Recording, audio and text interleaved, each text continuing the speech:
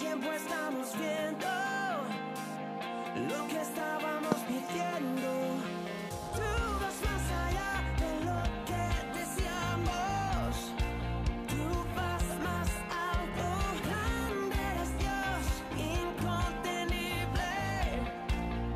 No tienes fin. A ti el poder y toda la gloria te alabaré por siempre y siempre. A ti por siempre y siempre. A ti. 1, 2, 3, 4.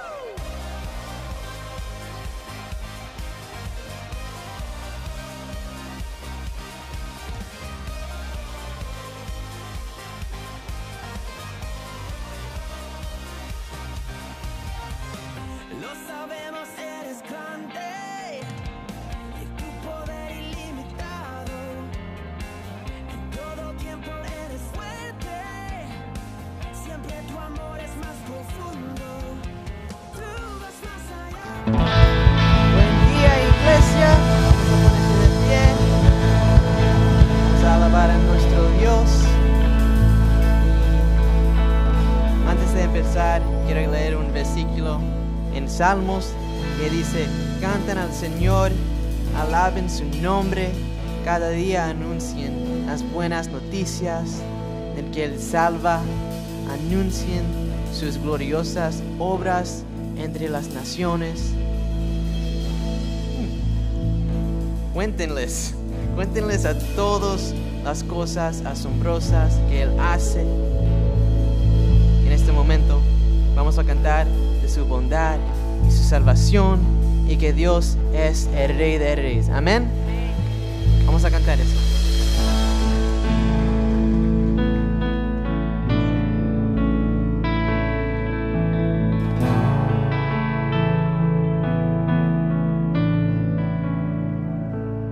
En la oscuridad estaba toda la humanidad, hasta que desde los cielos nos viniste a rescatar. A través de una virgen elegiste tu nacer, y del trono descendiste a un pesebre siendo rey. Gloria al Padre.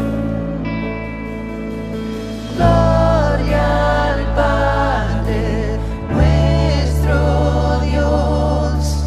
Gloria al Hijo, el Salvador. Gloria al Santo Espíritu, Rey de Reyes, nadie hay como tú. Amén. Para revelar su reino y alcanzar al pecador, a la cruz no te negaste para darnos salvación. Aunque en su sufrimiento tú veías más allá, no pensaste en el precio, te entregaste en mi lugar. Damos la gloria. Gloria al Padre, nuestro Dios. Gloria al Hijo, el Salvador. Gloria al Santo Espíritu, Rey de Reyes, nadie hay como tú.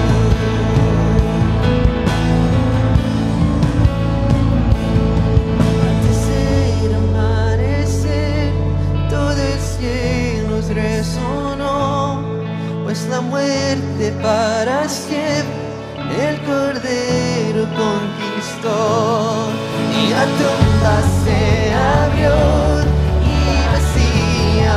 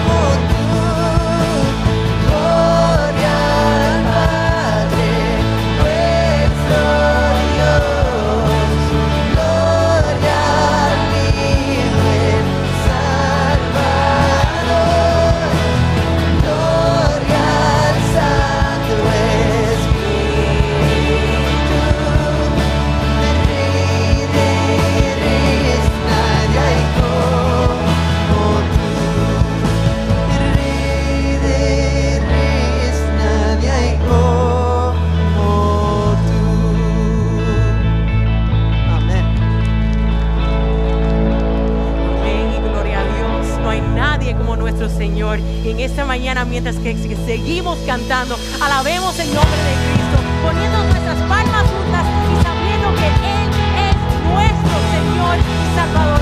Canten con nosotros, iglesia. ¿Recuerdas los muros que dejaste atrás? Como prisiones sin poder escapar, pero llegó y murió, se levantó, los muros ya no están. Levanten sus voces, iglesia. ¿Recuerdan esos gigantes frente a ti? Como montañas sin dejarte seguir, pero llegó y murió, se levantó, los gigantes ya no están. Alaben a su rey. Es nuestro Dios, es quien Él es, nos ama. Es nuestro Dios, eso hace Él, nos salva. La cruz cargó, resucitó, y todos proclamarán: es nuestro Dios, es Cristo. Palmas juntas, iglesia. ¿Recuerdas ese momento de temor? Cuando tu fe parecía caer, pero no oyó tu oración, tu susurro. Cada desierto hay un altar, cuenta sobre su fidelidad. Mi Dios nunca falló y jamás lo hará. Es nuestro Dios, es quien Él es, nos ama. Es nuestro Dios, eso hace Él, nos salva. La cruz cargó, resucitó, y todos proclamarán: es nuestro Dios, es Cristo. Del lodo quien me sacó fue Él, quien mi pecado pagó, nadie, solo Cristo. Del lodo quien me sacó fue Él, quien mi pecado pagó, nadie, solo Cristo. De la muerte me rescató, Yahweh, digno de gloria y honor, nadie, solo Cristo. De la muerte me rescató, Yahweh, digno de gloria y honor, nadie, solo Él. Es nuestro Dios, es quien Él es, nos ama.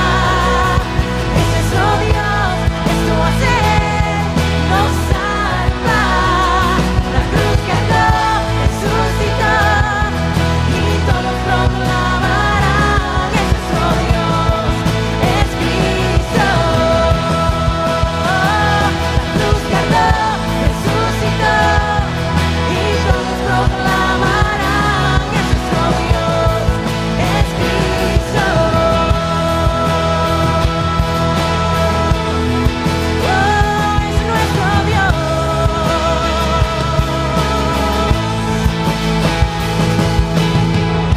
Amén y amén, iglesia. Vamos a darnos gloria en esta mañana. Amén. Amén. Nosotros podemos confiar en este firme fundamento que Él es nuestro Dios. Él nos salvó. Él hizo lo que Él dijo que iba a hacer. Él mandó a su Hijo, su Jesucristo, para morir por nuestros pecados, y nos salvó en la cruz, y también resucitó el tercer día. Amén. Podemos confiar en esto. Y ahora vamos a cantar una canción que dice que nosotros creemos en Él, perdóname. Él es quien Él dice quién es. Y quería leer este salmo antes nosotros cantamos, porque yo sé que algunos días es un poquitico difícil para pensar en nuestro Cristo, pero nosotros podemos confiar en esto, que sus promesas son firmes y nunca cambian. Entonces en Salmos 33, en versículo 3 dice eso: cántale una canción nueva, toquen con destreza y den voces de alegría. La palabra del Señor es justa y fieles son todas sus obras. Amén.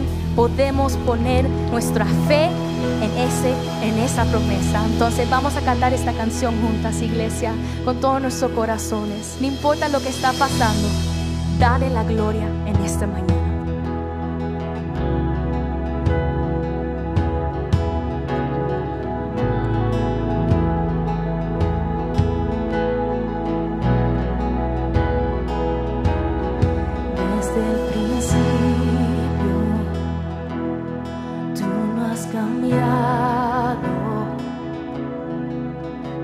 Principio y el final, constante seguirás cada misterio. Preguntas que tengo, tú me cuidarás. Confían en tu voluntad, creo en ti. Eres quien dices quién eres, haces lo que dices que harás.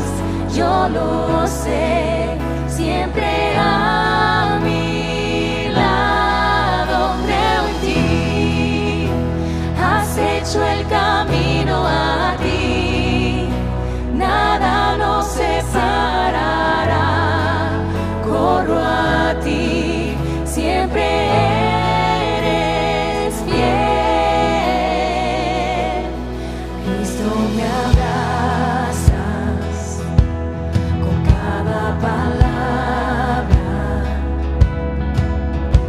promesas cumplirás.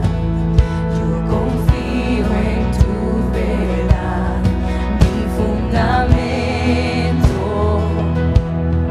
puesto en Cristo.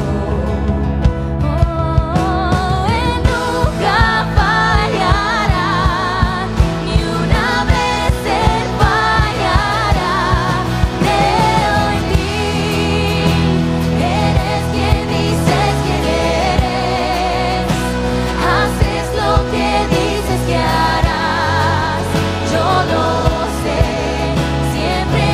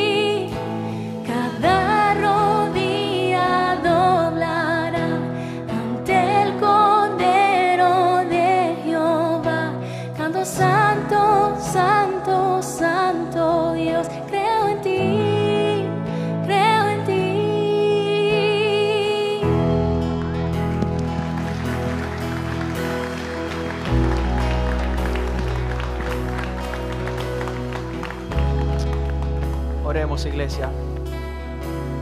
Señor, en esta mañana creemos en ti.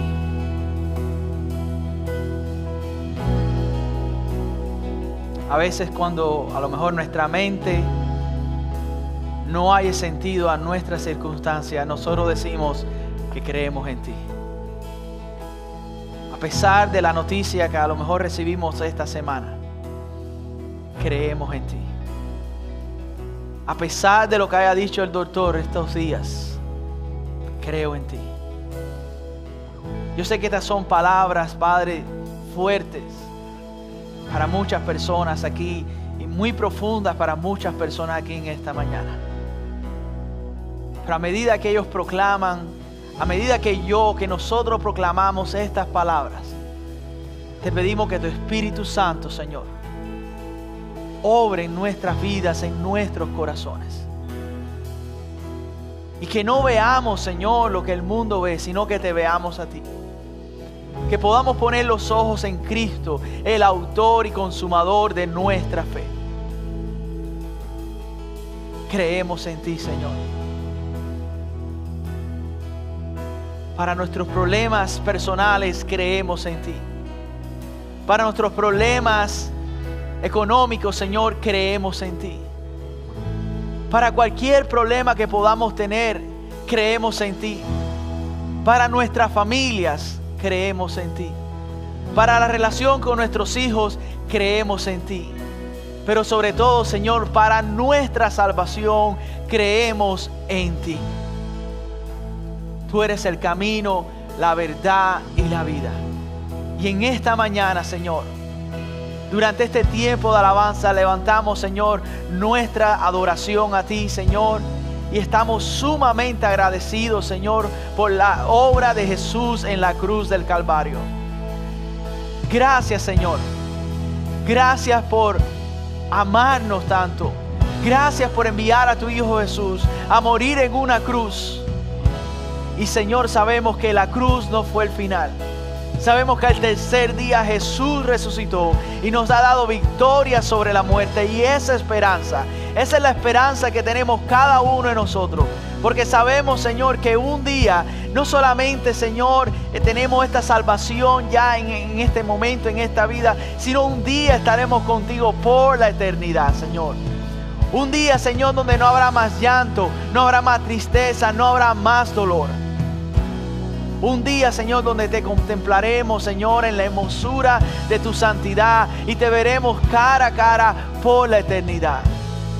Todo ha comenzado en el momento que hemos creído en ti, Señor. Es por eso, Señor, que es mi oración que si en el día de hoy hay alguien aquí que aún no te ha conocido, que aún no realmente ha creído en ti, Señor, que hoy pueda ser ese día. Te alabamos, Señor, en esta hora. Te bendecimos. Y oramos y pedimos estas cosas en el nombre de tu Hijo Jesús. Amén. Iglesia, amén. Vamos a dar un fuerte aplauso a nuestro Señor. Bienvenido a la iglesia LB. Mientras usted se sienta, saluda a aquella persona que está al lado y denle la bienvenida a nuestra iglesia.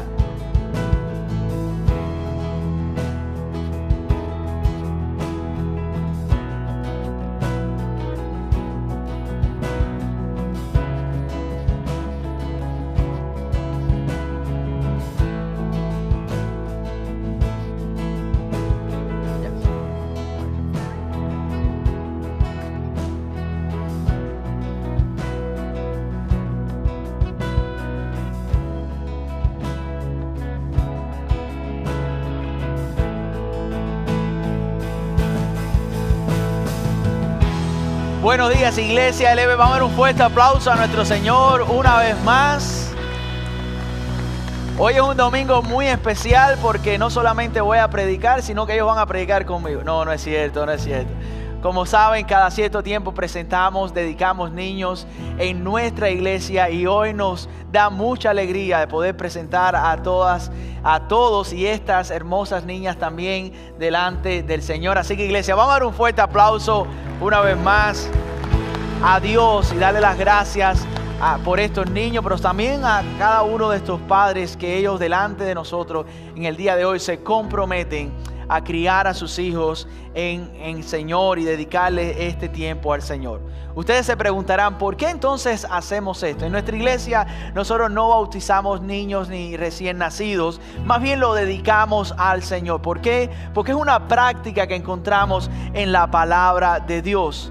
Vemos en el Antiguo Testamento cómo esto se hacía regularmente. En el Nuevo Testamento vemos incluso al Señor Jesús siendo presentado en el templo delante de Dios. ¿Por qué hacemos esta dedicación de niños? Bueno, primeramente me gusta siempre aclarar que dedicar un niño no hace que el niño sea salvo. Dedicar el niño al Señor no es que estamos dando un depósito, un down payment para su salvación. No, nada de eso sucede, ni le aseguramos su salvación. Creemos que la salvación es por gracia, por medio de la fe. Cuando un padre dedica a su hijo al Señor, este padre está diciendo lo siguiente: que Dios es el único Dios verdadero, que Jesucristo es el único camino al cielo y que la Biblia es nuestra suprema autoridad. Y según estas declaraciones, cada padre en el día de hoy se va a comprometer delante de Dios, delante de la iglesia, a criar a sus hijos basado en estas declaraciones y en el temor del Señor. El Salmo 123:7 dice: los hijos son un regalo del Señor. ¿Ustedes no lo creen? Es una bendición del Señor, son los hijos. Muchas veces el regalo viene en 2x1, como aquí vemos, ¿verdad? Muchas veces viene en 3x1, pero todos son una bendición del Señor. Muchas veces decimos: ay, no me lo esperaba. A lo mejor tú no te lo esperabas, pero el Señor sí se lo esperaba. El Señor sabía, y déjame decirle que es una bendición. Dice la Biblia que son una recompensa de su parte, lo que significa que los hijos son del Señor y nosotros, aunque ustedes no lo crean, somos los managers. El Señor nos da a sus hijos para que nosotros los podamos criar, y yo creo que como padre tenemos que dar lo mejor de sí para criar los hijos que el Señor nos ha dado. Para eso necesitamos tener algunas cosas en mente y quiero rápidamente compartir con ustedes. ¿Qué necesitamos tener en mente para criar nuestros hijos en el temor del Señor? Bueno, padres, lo primero que les quiero decir a ustedes: es importante que ustedes estén juntos. Estén juntos hasta que la muerte los separe. El matrimonio es la primera institución creada por Dios y los frutos del matrimonio son los hijos. Y no hay mejor ejemplo que le podamos dar a nuestros hijos viendo cómo en el hogar hay un hogar que ama a Dios, hay un matrimonio que ama a Dios. Si hay separación entre el matrimonio, va a ser muy difícil poder lograr un hogar saludable como el Señor lo desea. Número 2, es muy importante que ustedes enseñen y eduquen al niño en la palabra de Dios. Pastor, pero eso la iglesia se encarga de eso. No, la iglesia va a apoyarte en esto. El ministerio de niños te va a apoyar, pero la primera responsabilidad comienza en el hogar. Siempre decimos que el discipulado comienza en el hogar. Así que a pesar de que son pequeños, en una poca edad, léenle la palabra de Dios. En la iglesia nosotros, gracias, y en cualquier otro lugar usted puede encontrar Biblias dedicadas a niños. Use esa herramienta y a pesar del apoyo que usted va a tener en la iglesia, es muy importante que usted desde su casa enseñemos a nuestros hijos a amar la palabra de Dios.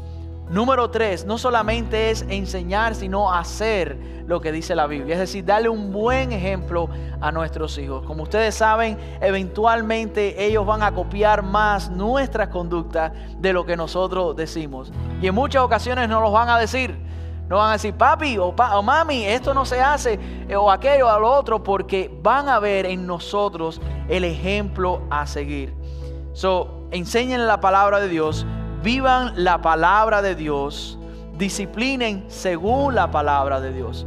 Es muy importante desde pequeños ellos puedan ver y conocer y reconocer lo que es bueno, lo que es malo. Y es muy importante de que de una forma amorosa también puedan ser disciplinados. Eso los va a ayudar a formar su carácter. Y por último, es algo que definitivamente no tengo que recordárselo, pero vale recalcar, es que oren por ellos. Siempre oren por ellos. Oren por sus vidas, oren por sus escuelas, oren por sus maestros. Yo sé que a los padres ahora no están pensando en eso. Oren por su pareja en el futuro. Oren en todo momento por ellos. ¿Cuántas veces debo orar al día? Todas las que sean necesarias. Es muy importante que puedan orar por ellos, por su vida, por su salud.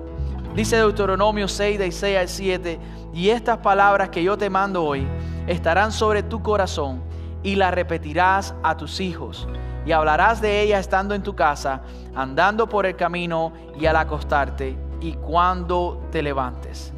Padres, ustedes son los principales pastores del corazón de su hijo. Su ejemplo de fe, amor, perdón y servicio dejará una huella profunda en sus vidas. Es por eso que al dedicar a su hijo hoy, a sus hijos hoy, ustedes están una vez más reconociendo que ellos le pertenecen al Señor y que con el deseo de en sus corazones ustedes los van a criar en los caminos del Señor. Quiero en esta mañana también reconocer a aquella familia que los ayuda a ustedes, que están aquí para apoyarlos. Y hay una gran representación de las familias de ellos aquí. Así que quiero pedirle a toda la familia que nos están acompañando esta mañana que se levanten una vez más. Queremos reconocerlo. Queremos darle gracias a ustedes. Y déjame decirles algo, aunque esto es una gran responsabilidad lo que les leí para los padres, pero ustedes juegan un papel muy importante. Es muy importante que así como estos niños ven el ejemplo en sus padres, lo puedan ver en ustedes también. Es mi oración que ustedes oren por ellos, que ustedes los guíen a ellos también. Y de esa forma podamos construir familia saludable como el Señor desea que tengamos. También quiero ahora pedirle a la iglesia, como la familia espiritual extendida de estos niños, que se pongan de pie. Y quiero pedirle a estos padres que miren cuántas personas tienen para que ustedes puedan dejar los niños con ellos y puedan salir a cenar. No es cierto, aunque puede que sí sea cierto, pero bueno, eso es a discreción de ustedes. Pero quiero que ustedes sepan que aquí hay una familia que les va a apoyar.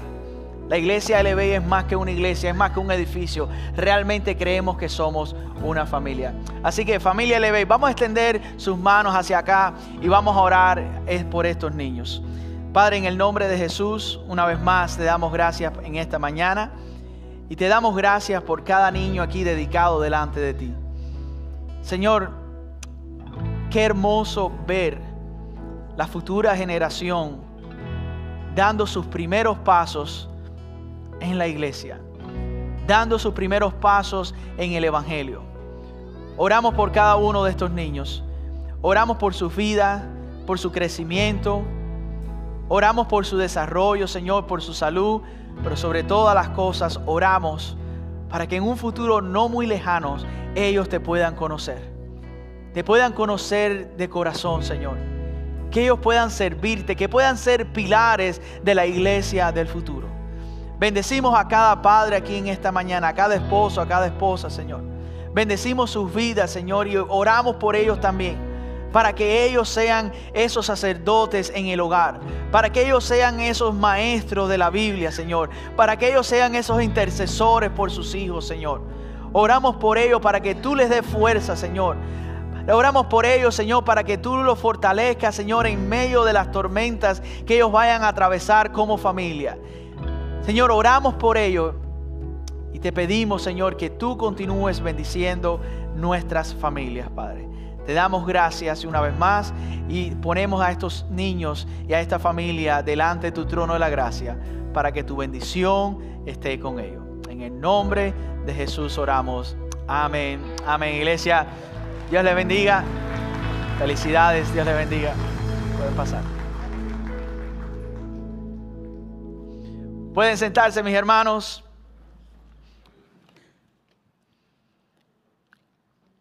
Le damos gracias a Dios por cada uno de ustedes en esta mañana. Saludamos a todas las visitas que están visitándonos. Saludamos a todos aquellos que nos están viendo a través de las redes sociales. Es una gran bendición poder estar aquí en la casa del Señor en esta mañana. Amén. ¿Están de acuerdo conmigo? Vamos a dar un aplauso al Señor entonces. Más adelante vamos a tener unos cuantos anuncios, pero quiero entrar ya ahora en el mensaje, así que vamos a orar un momentico por el mensaje en esta mañana. Padre, una vez más oramos y pedimos tu dirección en este momento, que tu palabra, Señor, llene cada uno de nuestros corazones, nos transforme, Señor, y que todo lo que digamos y hagamos en este momento sea para tu gloria. En el nombre de Jesús oramos. Amén, amén y amén.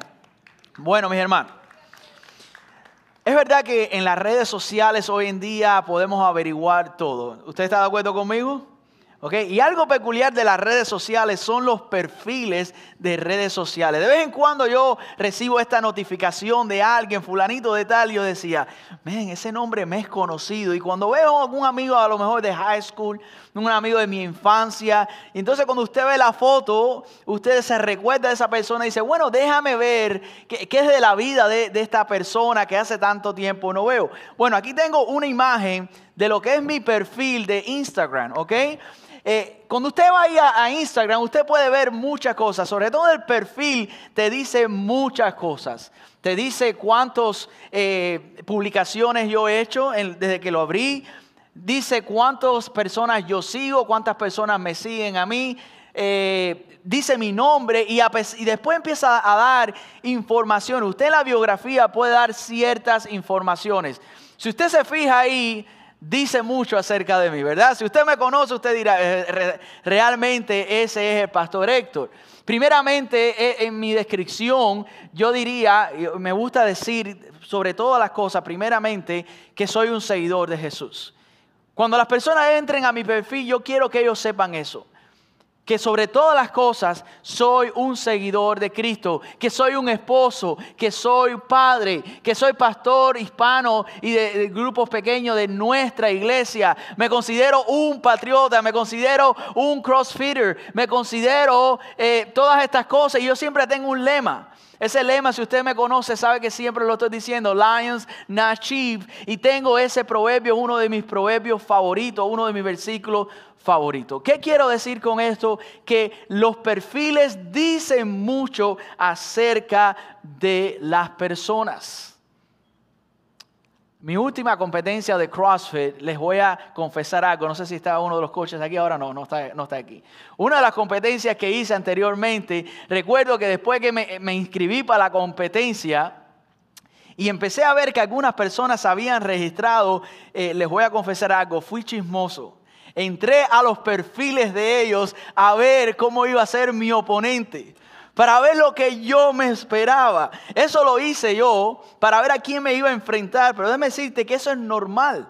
Normalmente en competencias deportivas usted va a ver a los equipos analizando al contrario para ver qué estrategias ellos deben usar. Pasa en el deporte, pasa en la guerra. Y déjame decirle que en el primer siglo no habían redes sociales. Pero en el libro de Judas, aquí el cual estamos estudiando, pudiéramos decir que Judas nos da un perfil de ciertas personas que eran enemigos del evangelio. Y Judas nos da a enseñar en esta serie, no hemos visto en esta serie, que hay un perfil de estas personas que nosotros tenemos que considerar, tener en cuenta, porque como ya dije anteriormente, son enemigos del evangelio. Si usted no está visitando, quiero decirle que estamos en una serie de mensajes titulada Defiende la Fe. Es un libro muy pequeño en la Biblia, es una carta, es una página donde Judas, el medio hermano de nuestro Señor Jesús, escribe una carta y diciéndole a la iglesia, tengan cuidado, porque no todo lo que brilla es oro. No todas aquellas personas que vienen a la iglesia, no todas aquellas personas que tienen el título de Cristo, no todos aquellos pastores o líderes religiosos que hablan del evangelio, que hablan de Cristo, realmente son sinceros o realmente tienen buenas intenciones. El mismo Señor Jesús le decía a sus discípulos, tengan cuidado de estos falsos maestros porque son lobos vestidos de ovejas. El apóstol Pablo habla de ellos, Pedro habla de ellos. Y ahora vemos aquí en el libro de Judas cómo Judas habla acerca de ellos y nos da características para que nosotros podamos conocerlos y entenderlos. La Biblia llama a estas personas apóstatas. Veamos de nuevo la definición de apóstata. ¿Qué es un apóstata? Un apóstata es alguien que conoce la verdad, pero la abandona voluntariamente. Es alguien que estuvo cerca de la fe, escuchó el evangelio, incluso puede haber estado en la iglesia, puede haber estado sirviendo a la iglesia en el ministerio de música, como maestro, puede haber estado en la iglesia incluso como pastor, líder convencional, pero en su corazón ha rechazado a Cristo.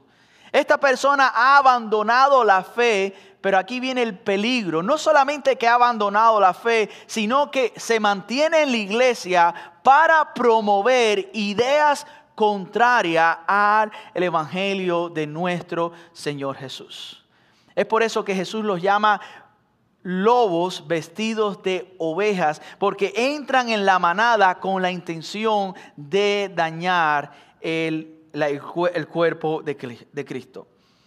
La idea central para el día de hoy es la siguiente. Es el resumen de lo que vamos a ver en el día de hoy. Y es la siguiente. Todo creyente puede reconocer a los apóstatas.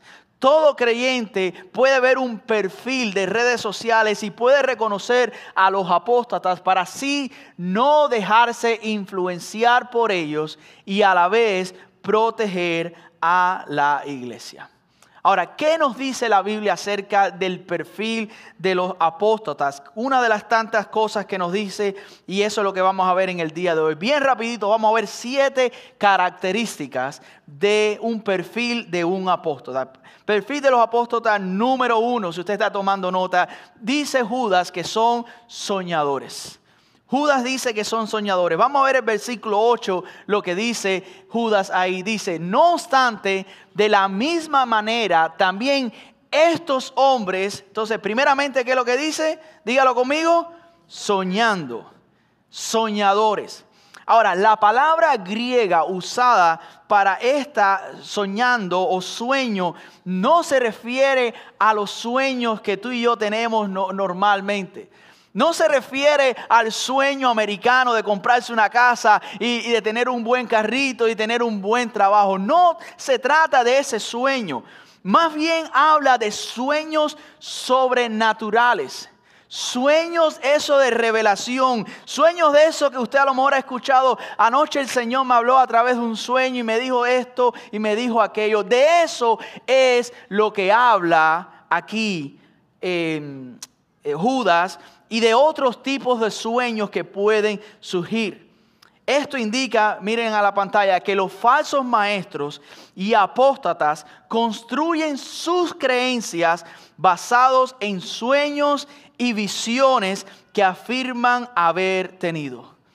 Los falsos maestros con frecuencia afirman que han tenido sueños con autoridad divina. Y basan su enseñanza en sus propias experiencias. Basan su enseñanza en sus propias intuiciones. Iglesia que estás aquí. Amigo que nos visita. Yo espero que usted nos conozca hasta ahora, pero si no, déjame presentarnos. Miren en la pantalla, en la iglesia Elevate no construimos nuestra fe ni doctrina sobre sueños o nuevas revelaciones. Construimos nuestra fe y doctrina según las sagradas escrituras. En nuestras iglesias nosotros construimos nuestra doctrina, nuestras creencias en lo que dice la palabra de Dios. Y por más de 500 años hay una expresión en latín que es sola escritura. Significa que solamente la palabra de Dios es suficiente. Les digo algo más. Nunca sigas un sueño como fuente de revelación divina. ¿Sabías tú que el término soñadores se usa en el Antiguo Testamento para describir a un falso profeta? En Jeremías vemos eso en el capítulo 23. Y miren lo que dice Deuteronomio 13 del 1 al 5. Dice así Deuteronomio: supongamos que en medio de ti hay profetas o aquellos que tienen sueños sobre el futuro y te prometen señales o milagros. Y resulta que esas señales o milagros se cumplen. Si de pronto ellos dicen, ven, rindamos culto a otros dioses, dioses que hasta entonces no conocía, no los escuches. El Señor tu Dios te está probando para ver si realmente lo amas con todo el corazón y con toda el alma. Miren la exhortación en el versículo 4. Sirve únicamente al Señor tu Dios y teme solamente a Él. Obedece sus mandatos, escucha su voz y aférrate a Él y a su palabra. Aquí Dios le está diciendo al pueblo todo lo que ustedes necesitan saber acerca de mí y cómo conducir su vida está aquí. Está aquí en la palabra relevada escrita por el Señor. Dice el versículo 5, los falsos profetas o los soñadores que traten de descarriarte serán ejecutados. ¿Por qué qué? Porque fomentan la rebelión en contra del Señor tu Dios. En el Nuevo Testamento, en Colosenses 2 y en 1 Timoteo 4 vemos eso también, vemos esa exhortación. Cuando usted analiza todas las sectas e incluso algunas ramas del cristianismo han comenzado así. Han comenzado con sueños, han comenzado con visiones místicas. Y para propósito de ilustración, no por estar hablando mal de ello, cuando usted analiza cómo surgió el mormonismo, los mormones en la nueva era y algunas iglesias carismáticas, así son sus comienzos. Porque tuvieron una revelación de un supuesto ángel, tuvieron una revelación de alguien. Y la Biblia es muy clara cuando Pablo dice que si alguno de nosotros o incluso un ángel del cielo se les aparece y le da otro evangelio que no sea el evangelio de Cristo, Pablo es muy claro cuando dice que sea esa persona anatema. Que sea esa persona maldita, porque solamente hay un Dios, solamente hay un evangelio y ese es el evangelio de nuestro Señor Jesucristo. ¿Sabes lo que pasa? Que la tendencia en nuestra cultura es probar las cosas según las experiencias que nosotros tengamos. Si te sientes bien con algo, entonces eso debe ser bueno. Y entonces nos llevamos por los sentimientos, por los feelings. Tengo una corazonada de que esto es de Dios. Tengo una corazonada de que esto es espiritual. Así que si me siento bien, entonces debe ser bueno. ¿Has notado usted que últimamente en muchos lugares, sobre todo en restaurantes, después que usted asista al restaurante o usted tiene una experiencia en el restaurante, ellos quieren saber o hacen una encuesta cuán buena fue tu experiencia? ¿Verdad? Yo no estoy nada en contra de eso, sobre todo con Chick-fil-A. Cada vez que voy a Chick-fil-A y compro un sándwich, me mandan una encuesta para que darme un sándwich gratis después.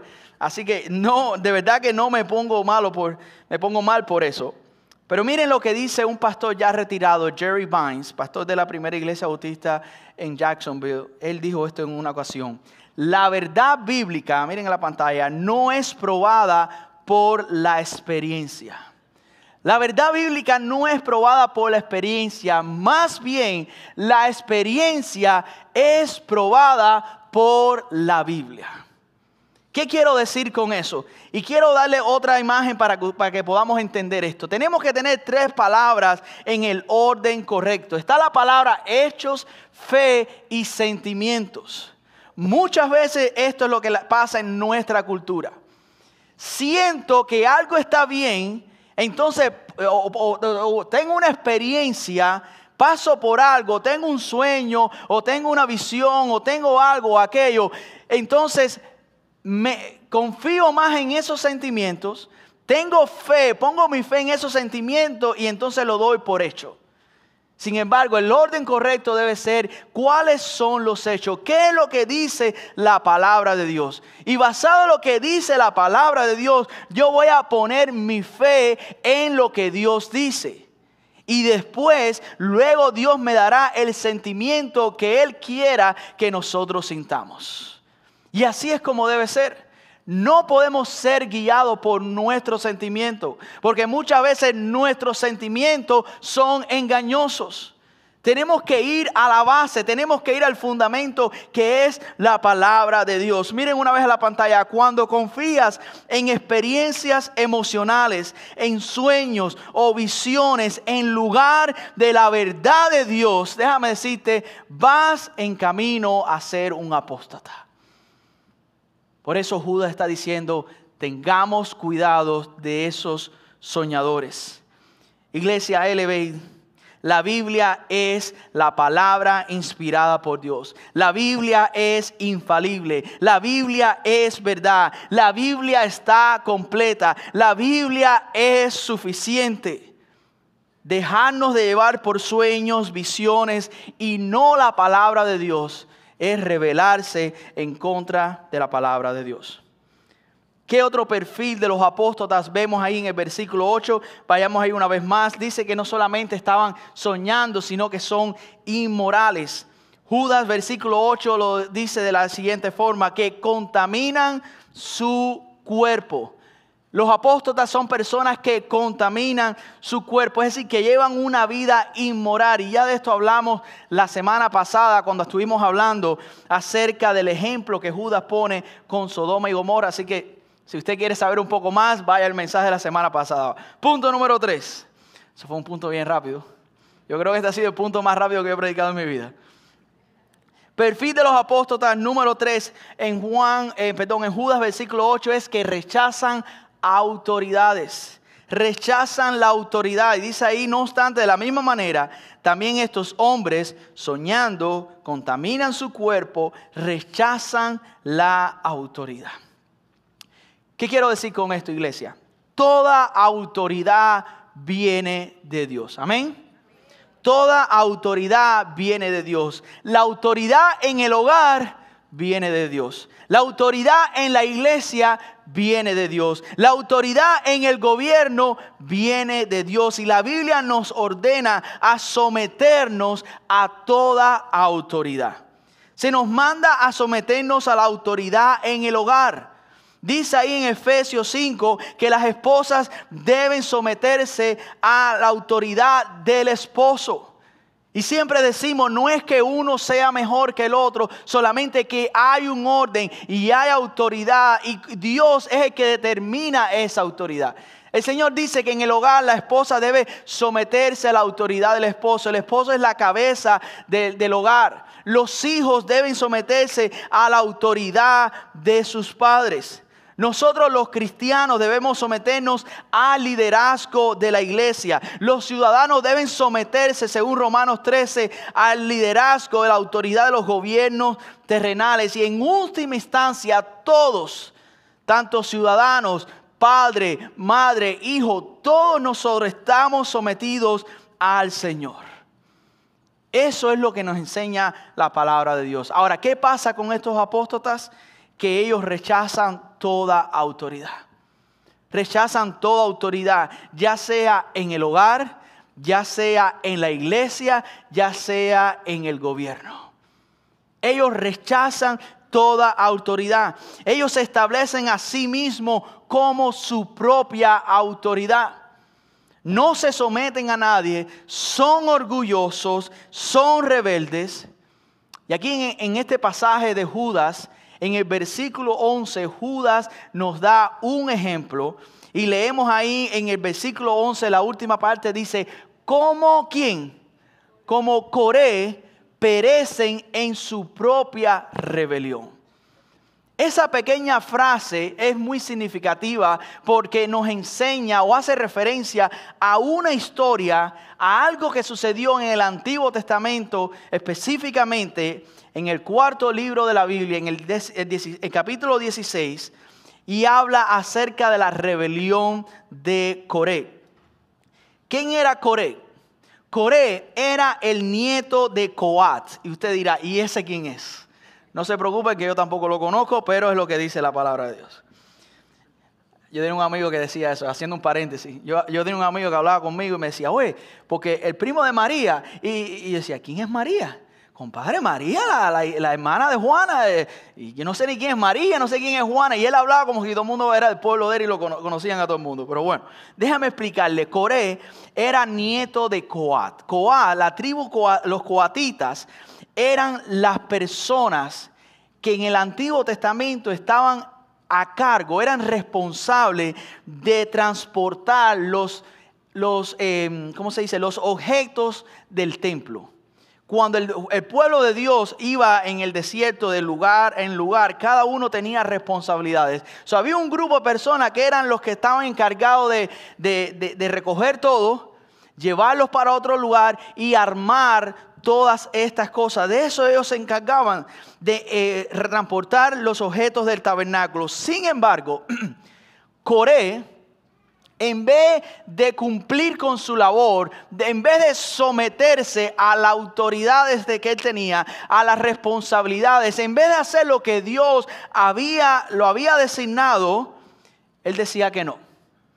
Él quería ser sacerdote. Y yo me imagino a Coré poniendo las estacas, preparando. Yo no sé para qué yo estoy aquí. Miren para esto. Si yo fuera el sacerdote, yo daría un mejor trabajo. Esto no hubiera pasado. Esto no estuviera pasando. Mira para aquello, mira. Yo estoy seguro que ahí comenzó todo. Quejándose. Yo trabajando aquí y Moisés sentado. Yo trabajando aquí y Aarón tomando limonada. Miren la hora que es. Está lloviendo, hay mucho sol. Ustedes saben a quién yo me refiero, ¿verdad? Conocemos a esas personas, o a lo mejor somos nosotros, que muchas veces estamos protestando y coprotestando y no estamos conformes con lo que el Señor nos ha dado. Le pedimos a Dios un trabajo y cuando el Señor nos da el trabajo, estamos protestando. Señor, ¿qué necesidad tengo? Señor, dame cualquier trabajo. Señor, lo que sea que necesito sustentar a mi familia. El Señor te da una posibilidad. Ay, pero Señor, este trabajo. Yo te pedí los fines de semana libres. Y te pedí de lunes a viernes trabajar de 10 a 2 de la tarde ganando $50 la hora. Que le sirva el sayón, que se lo ponga. Coré, por su celo, por su resentimiento, por su posición de inferioridad, por su ambición egoísta, dice la Biblia que lo llevó a él a rebelarse contra la autoridad y el líder escogido por Dios. Pero no solamente fue él, sino que reclutó a más de 200 personas. Reclutó a más de 200 personas para rebelarse contra Moisés, contra la autoridad de Dios. Y Dios terminó con la rebelión de Coré y los juzgó a todos ellos, según lo que nos cuenta la Biblia. Y dice la Biblia que la forma en que Dios los juzgó es que la tierra dice que se abrió y se los tragó. Y dice aquí Judas que los apóstatas son así. Se rebelan contra la autoridad de Dios y siempre van a buscar personas para que le sigan a ellos y hagan lo mismo. Y aquí la enseñanza es la siguiente, iglesia. Cuidado con rebelarse contra la autoridad que Dios ha establecido ante su pueblo. Cuidado con rebelarnos en contra de la autoridad de Dios. Los apóstatas se rebelan contra la autoridad de Dios. ¿Qué otra característica más podemos ver ahí en el perfil de los apóstatas? Dice la Biblia que blasfeman lo sobrenatural. La característica número 4 es que blasfeman, dice ahí en el versículo 8, blasfeman de las majestades angélicas. En la Nueva Tradición Viviente dice que se burlan. En la versión Dios habla hoy dice que insultan. Pero aquí en la Nueva Biblia de las Américas dice que blasfeman. Blasfemar es hablar mal de algo o de alguien. Y aquí se refiere específicamente a que los apóstatas blasfeman contra lo sobrenatural, lo cual incluyen los ángeles, incluye a Dios. Segunda de Pedro 2, 10b al 11 dice, estas personas son orgullosas y arrogantes y hasta se atreven a insultar a los seres sobrenaturales sin ni siquiera temblar. Aún los ángeles, que son mucho más grandes en poder y fuerza, no se atreven a presentar de parte del Señor cargos de blasfemia en contra de esos seres sobrenaturales. Los apóstatas ni siquiera dudan en blasfemar contra Dios el Padre, contra Jesucristo, contra el Espíritu Santo e incluso contra los ángeles. Pedro lo dice, Judas lo dice, que ni aún los ángeles blasfeman o se burlan de otros ángeles. Y aquí Judas nos da un ejemplo verídico, y es el ejemplo del arcángel Miguel, uno de los ángeles más poderosos que tiene Dios y asignado a proteger al pueblo de Dios. Miren ahí el versículo 9 lo que dice: pero cuando el arcángel Miguel contendía a luchar contra el diablo y discutía acerca del cuerpo de Moisés, no se atrevió a proferir juicio de maldición contra él, sino, ¿qué fue lo que dijo? El Señor, ¿qué? Te reprenda. Dice que el arcángel Miguel en ningún momento le decía al diablo, te reprendo, sino que decía, el Señor te reprenda. Ahora usted dirá, pastor, ¿qué significa este pasaje? Déjame aclarárselo, vamos para poder entender. Miguel, el arcángel, se describe en la Biblia y en los libros de Daniel, Judas y Apocalipsis como un ángel guerrero. Entre los ángeles hay rangos, y el arcángel Miguel se cree que sea uno de aquellos que tengan más rango dentro de los ángeles. Además, es más, el nombre arcángel, eso es lo que significa, ángel de más alto rango. Ahora, como todos los ángeles, los arcángeles son seres creados por Dios. Poseen inteligencia, poseen poder, y los arcángeles sirven a Dios y llevan a cabo sus propósitos. No tenemos una imagen completa de ningún ángel. Incluso la Biblia solamente menciona al arcángel Miguel y menciona a otro ángel, que es el ángel Gabriel.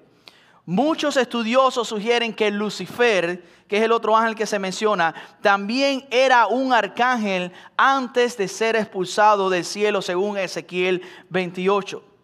En Deuteronomio, en el Antiguo Testamento, leemos que Dios enterró a Moisés, y podemos leer ahí mismo en Deuteronomio 34:6 lo que dice, que nadie sabe el lugar exacto.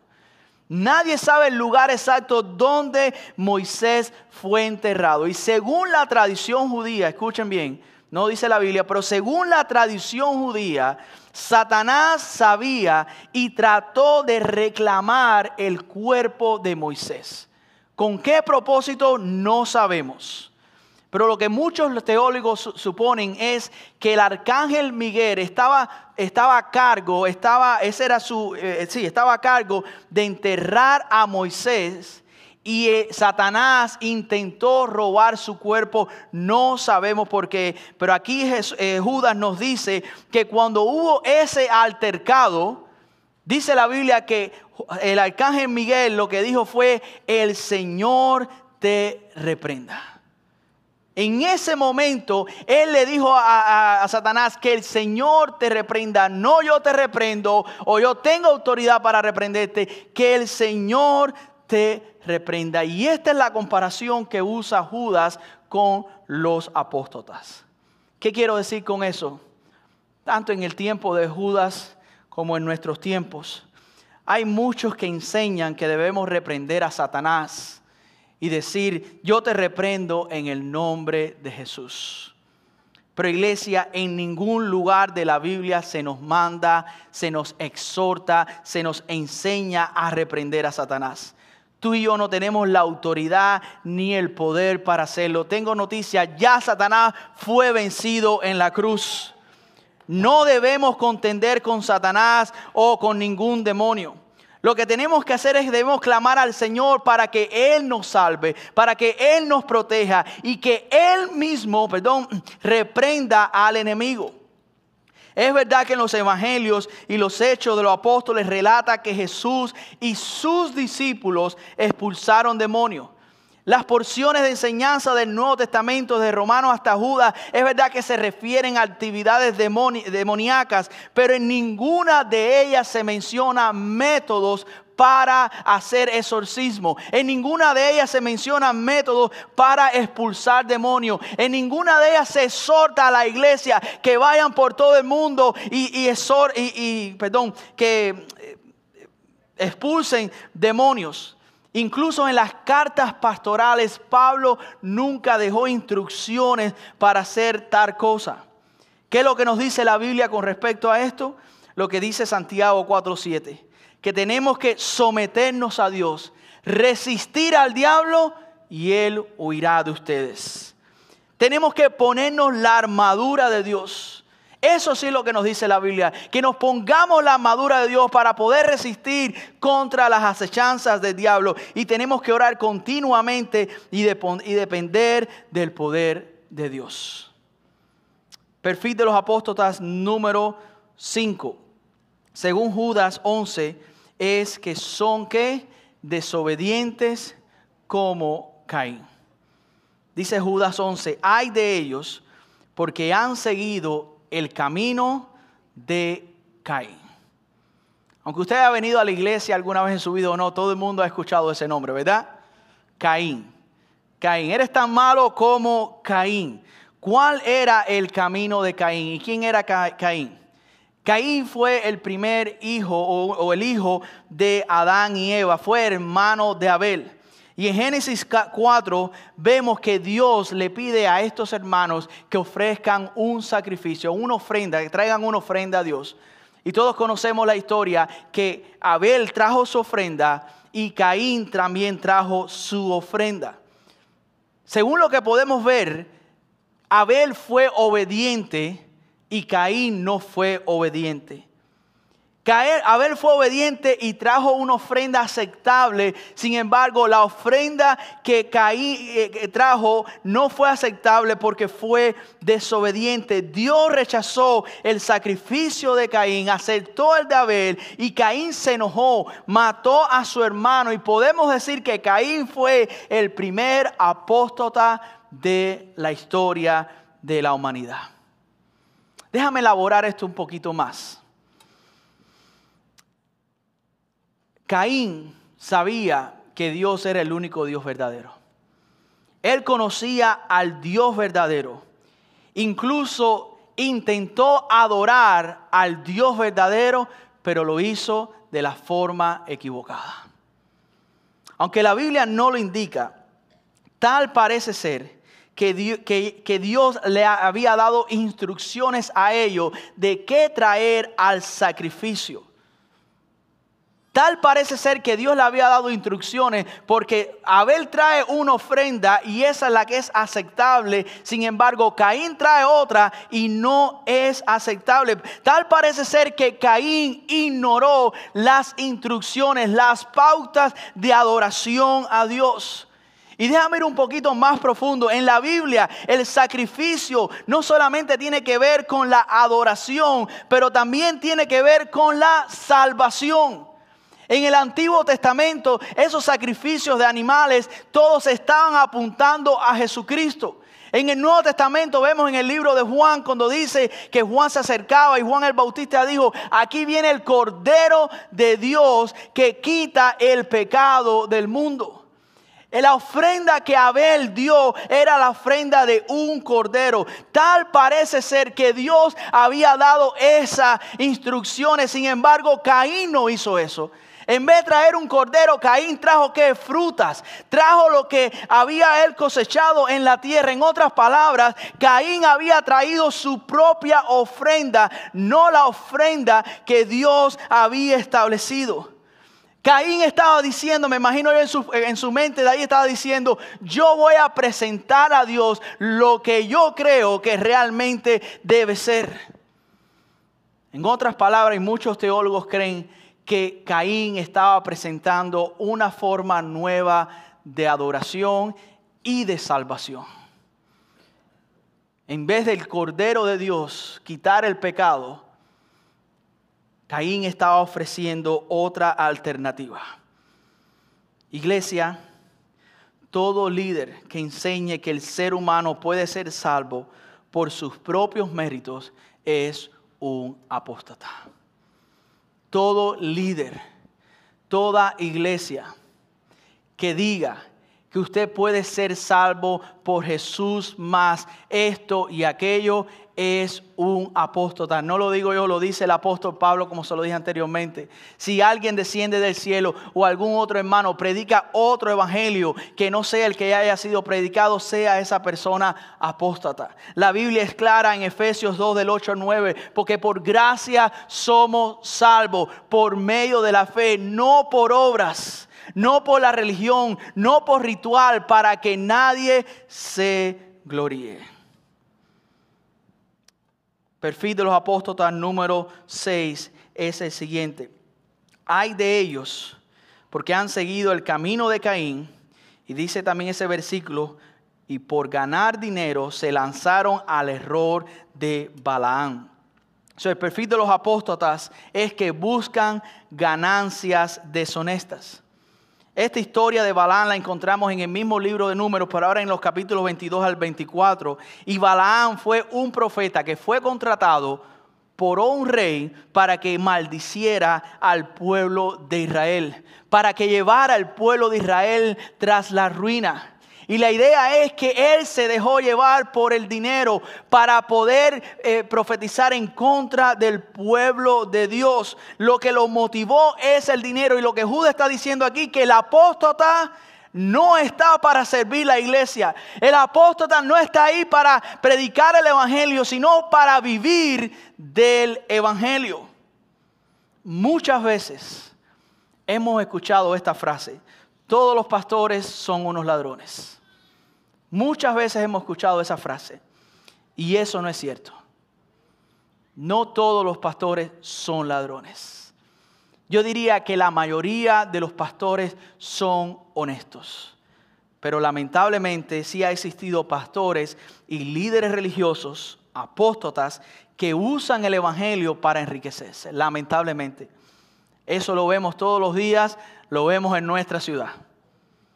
Y su mal testimonio llevan a dañar la imagen de muchos pastores que están trabajando.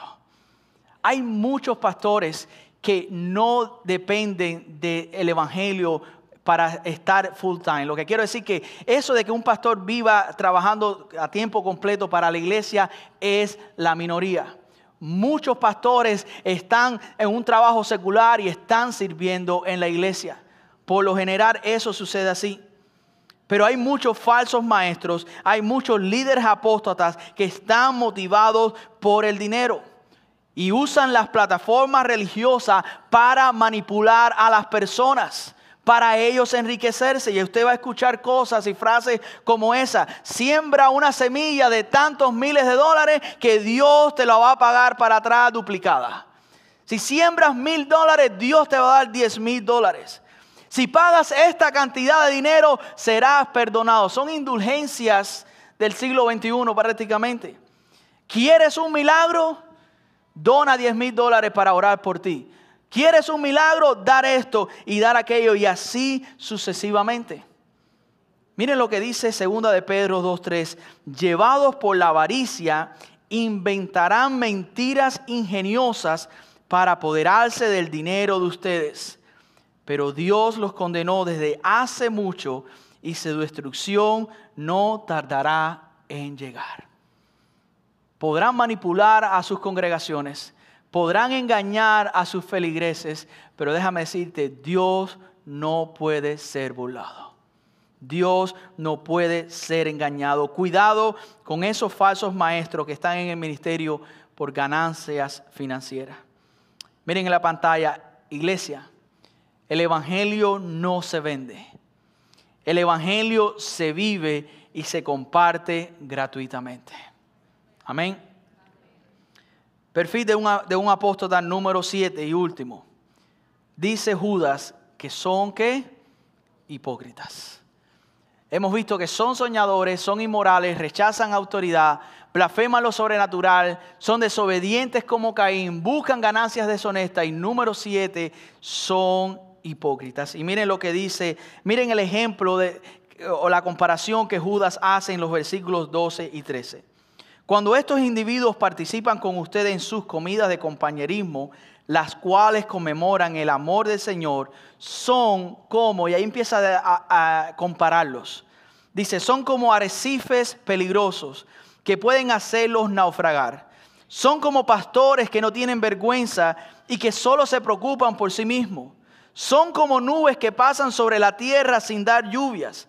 Son como árboles en el otoño doblemente muertos, porque no dan fruto y han sido arrancados de raíz. Versículo 13. Son como violentas olas del mar, que arrojan la espuma de sus actos vergonzosos. Son como estrellas que han perdido su rumbo, condenadas para siempre a la más negra oscuridad. Judas nos dice aquí, nos recuerda una vez más, que los apóstatas se alejan de la fe, pero no se alejan de la iglesia. Dice aquí, según lo que nos dice Judas, que en el primer siglo ellos estaban entre las fiestas, entre las celebraciones. En la iglesia primitiva, cuando se reunían los domingos, según lo que nos dice este versículo y otros versículos, ellos tenían algo que se llamaba la comida comunitaria o las fiestas del amor. Eran como una comida, como hacemos nosotros en los grupos de vida, ¿verdad? O nosotros los hispanos, que cada vez que nos reunimos siempre tenemos comida. Pero era más que comida, era un tiempo de adoración, era un tiempo de estudiar la palabra, era un tiempo de compañerismo. Y dice la Biblia, o dice Judas, que estos apóstatas buscaban estas celebraciones, estas reuniones para infiltrarse en medio de esas fiestas o en medio de esas celebraciones, y por eso eran como, primero dice, como arrecifes ocultos. Arrecifes ocultos. Los arrecifes son formaciones de coral bajo el agua, que no están en la superficie, están bajo el agua. Y si un barco no está alerta, y si un barco no está, el capitán de un barco no está consciente, puede encallar ahí y puede naufragar. Y dice aquí Judas eso, los apóstatas son como esos arrecifes que están debajo del agua, que no vemos, pero son peligrosos. Y la alerta que está diciendo aquí Judas es que muchas veces la iglesia está enfocada en lo que tiene que hacer, en llevar la gran comisión, en discipular, en ministrar a las personas. Y entonces estos apóstatas usan que la iglesia está distraída, en buen sentido de la palabra, para que penetrar y causar grandes daños. ¿Qué otra comparación dice? Pastores sin vergüenza que solo se cuidan a sí mismos. La Biblia nos dice que Jesús es el buen pastor y el buen pastor da su vida por las ovejas. Pero los líderes apóstatas no cuidan de las ovejas, sino que viven de ellas. Y esta es la comparación. La otra comparación dice que son nubes sin agua. ¿Usted no ha visto a veces que estamos en la casa y se pone negro el cielo? Y decimos, wow, lo que va a caer es un diluvio. Y llamamos a todo el mundo y empezamos a recoger la ropa. Tenemos esa mentalidad de nuestros países, a entrar la ropa para dentro de la casa. Y que va a llover, se va a acabar el mundo. Y a veces oímos truenos y al no llueve. Es un espectáculo, vemos el cielo y el cielo cambia de color. Vemos los rayos, las centellas y esto. Y estamos preocupados y al final no cae nada. Dice Judas que los apóstatas son así. Mucho espaviento, mucho ruido, pero hasta ahí. Muchas luces, muchas manifestaciones, mucho esto, mucho aquello, pero al final no hay nada. Muchas promesas como las nubes, pero al final no hay lluvia. Y todos estos apóstatas, son iguales.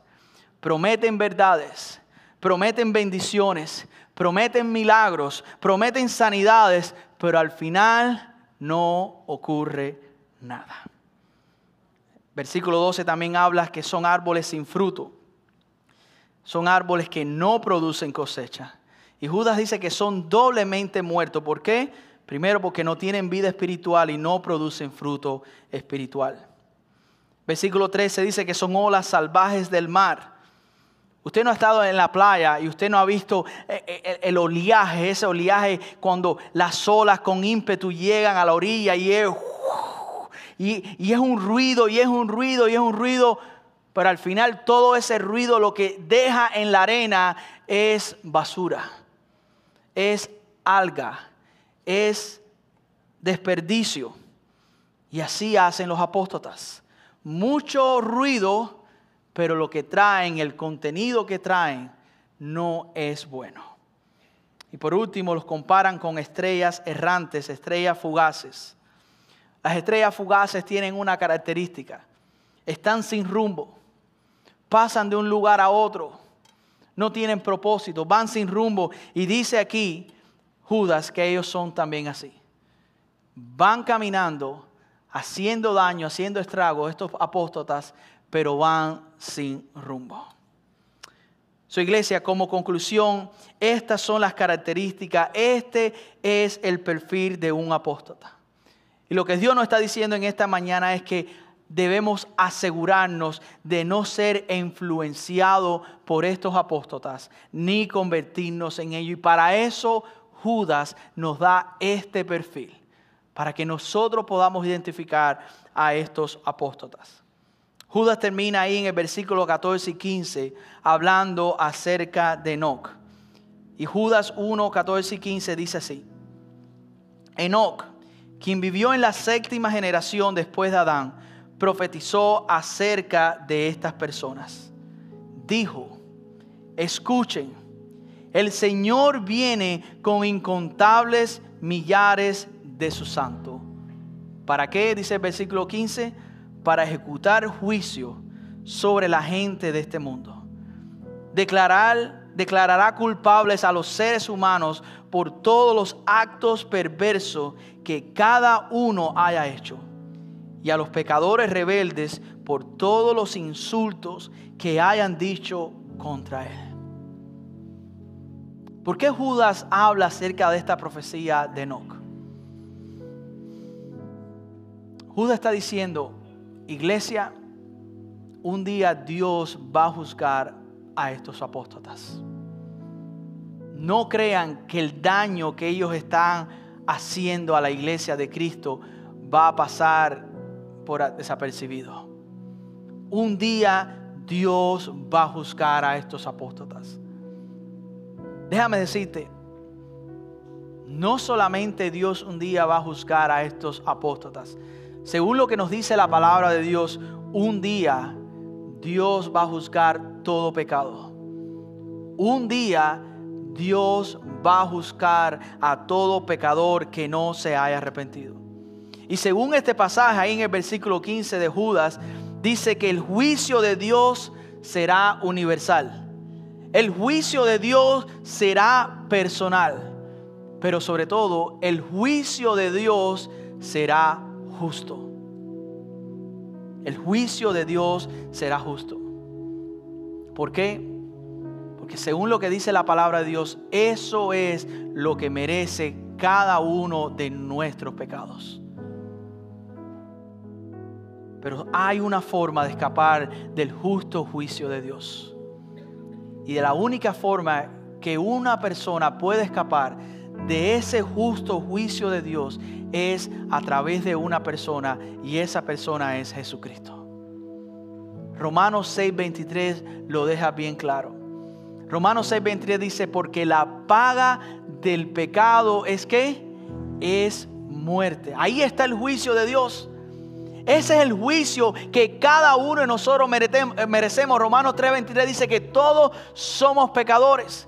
Cada uno de nosotros, cada uno de nuestros pecados merecen ser juzgados. Y la sentencia de ese juicio es la muerte, la separación de Dios por toda la eternidad. Nosotros merecemos el justo juicio de Dios. Eso es lo que tú y yo merecemos. Pero hay una forma de escapar de ese juicio. Y ahí mismo lo dice en Romanos 6:23. Porque la paga del pecado es muerte, más la dádiva de Dios, el regalo de Dios, la gracia de Dios es que Cristo Jesús, Señor nuestro. Y eso es lo hermoso del Evangelio. En que a pesar que somos pecadores, dice la Biblia que Cristo murió por nosotros. La única forma en que nuestros pecados pueden ser perdonados, la única forma en que podamos tener salvación y podamos tener un lugar en el cielo es a través de Jesús. Yo sé que nosotros por muchos años hemos creído algo que es una mentira. Y es la mentira de Satanás que dice que nosotros podemos llegar al cielo por nuestras propias obras. Muchas veces cuando le decimos a alguien acerca de la salvación y la esperanza en Cristo, las personas dicen, yo merezco el cielo, porque yo no he hecho daño a nadie, no he matado a nadie. Pero una vez más, Efesios 2 del 8 al 9 nos dice que somos salvos por gracia, por el favor inmerecido de Dios, por medio de la fe, no por obras, para que nadie se gloríe. Como dije anteriormente, en esta iglesia te vamos a decir las cosas tal y como son. No te vamos a decir nada que hemos escuchado en un sueño o en una visión. Te vamos a decir que puedes ser salvo según lo que dice la palabra de Dios. Y la palabra de Dios dice que hoy es el día de salvación. La palabra de Dios nos dice que si tú hoy pones tu confianza en Cristo, tus pecados son perdonados, tienes salvación y vida eterna. Dice la palabra de Dios que Dios inició nuestra salvación. No hay nada que podamos hacer, solamente responder a ese llamado que Dios nos está haciendo. ¿Cómo puedes ser salvo? Si tú en el día de hoy, desde lo más profundo de tu corazón, te arrepientes de tus pecados, como dice la Biblia, crees en Cristo, como dice la Biblia, serás salvo, como dice la Biblia. Quiero darte esa oportunidad en esta mañana. Yo quiero que tú cierres tus ojos, que inclines tu cabeza. Y quiero dar esa oportunidad si hay alguien aquí que aún no ha confiado en Jesús como su Señor y Salvador. Dios es tan bueno que nos ha dado este perfil de falsas enseñanzas para que nosotros no las sigamos, sino que sigamos a Cristo. No sigas a los apóstatas, sigue a Cristo. Cristo te puede salvar en este día. Cristo puede perdonar tus pecados. Cristo puede darte vida eterna. Lo único que tienes que hacer es aceptar ese regalo que Dios te brinda en esta mañana. Y aquí viene la invitación. ¿Quieres tú creer en ese Jesús para el perdón de tus pecados, para salvación y vida eterna? ¿Quieres tú creer en Él? Levanta tu mano si es así para orar por ti. Si hay alguien aquí que quiere creer en ese Jesús, ahí donde tú estás, levanta tu mano. Dios te bendiga. Hay alguien más que lo quiere hacer. Hay alguien más que quiere decir, Señor Jesús, creo en ti. Me arrepiento de mis pecados y creo en ti. Veo otra mano aquí a mi derecha. Hay alguien más. Dios te bendiga. Veo su mano. A todos aquellos que levantaron su mano, quiero guiarles en una oración. Mientras yo ore, repite esta oración, pero haga la suya. Exprésele a Dios lo que ha pasado en este momento, que usted está clamando a Él para el perdón de sus pecados, para salvación y para vida eterna. Mientras yo ore, repita usted la oración. Padre nuestro que estás en el cielo, reconozco que soy un pecador. Reconozco que no merezco el cielo. Es por eso, Señor, que en esta hora me humillo ante ti y te pido perdón por mis pecados. Perdóname, Dios. Límpiame de todo pecado. Sálvame. Transforma mi vida. Creo que Jesús murió en la cruz en mi lugar. Creo que Jesús fue sepultado. Y también creo que al tercer día resucitó. Transforma mi vida. Dame de tu Espíritu Santo. Y ayúdame a vivir una vida nueva y diferente para ti. En el nombre de Jesús, oro estas cosas. Amén. Amén. Iglesia, vamos, fuerte aplauso. Dios le bendiga. Nuestro pastor tendrá unos anuncios. Buenos días, iglesia. Vamos a dar otro aplauso al pastor Héctor por ese gran mensaje, ¿verdad? Bienvenidos a todos a la iglesia Elevate. Yo me llamo Luis y esto es una bendición servir aquí como el pastor de la iglesia. Y que queremos saludar a todos los que nos están visitando por primera vez. Su iglesia, vamos a darle un fuerte aplauso a todos los que nos están visitando, ¿verdad? Que se sienten en casa acá. Unos breves anuncios, ¿verdad? Antes que se vayan, una cosa que quiero comentarle. Si están visitándonos por primera vez, hay una manera simple para conectarse ustedes con nosotros y es a través de su celular.